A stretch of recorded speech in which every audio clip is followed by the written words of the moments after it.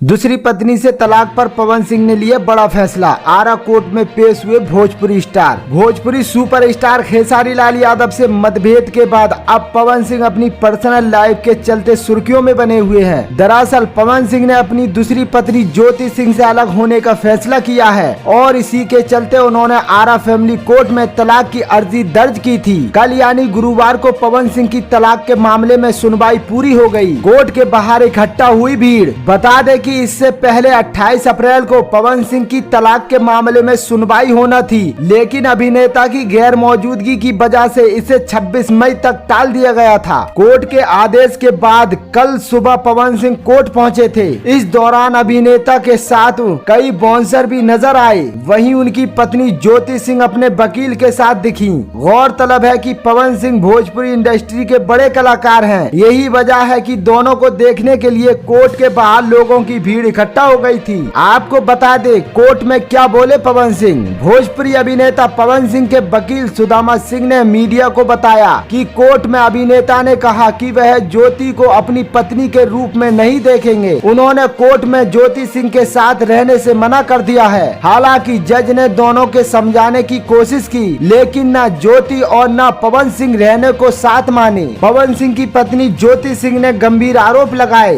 बता दें कि पिछली सुनवाई के दौरान ज्योति सिंह ने कोर्ट में इस बात का खुलासा किया था कि भोजपुरी पावर स्टार पवन सिंह ने 2 बार उनका गर्भपात करवाया है। इसके अलावा ज्योति सिंह ने पवन सिंह पर मारपीट का आरोप लगाया था। आपको ये भी बता दें कि पिछले कई महीनों से ज्योति और पवन सिंह अलग रह रहे हैं। दोस्तों ये फैसला हो चुका है कोर्ट में कि ज्योति और पवन सिंह एक साथ में नहीं रहने वाले। दोस्तों आपको ये न्यूज कैसा लगा कमेंट में जरूर बताएं और भोजपुरी इंडस्ट्री से जुड़ी खबरों के लिए मेरे YouTube चैनल को सब्सक्राइब करना ना भूलें।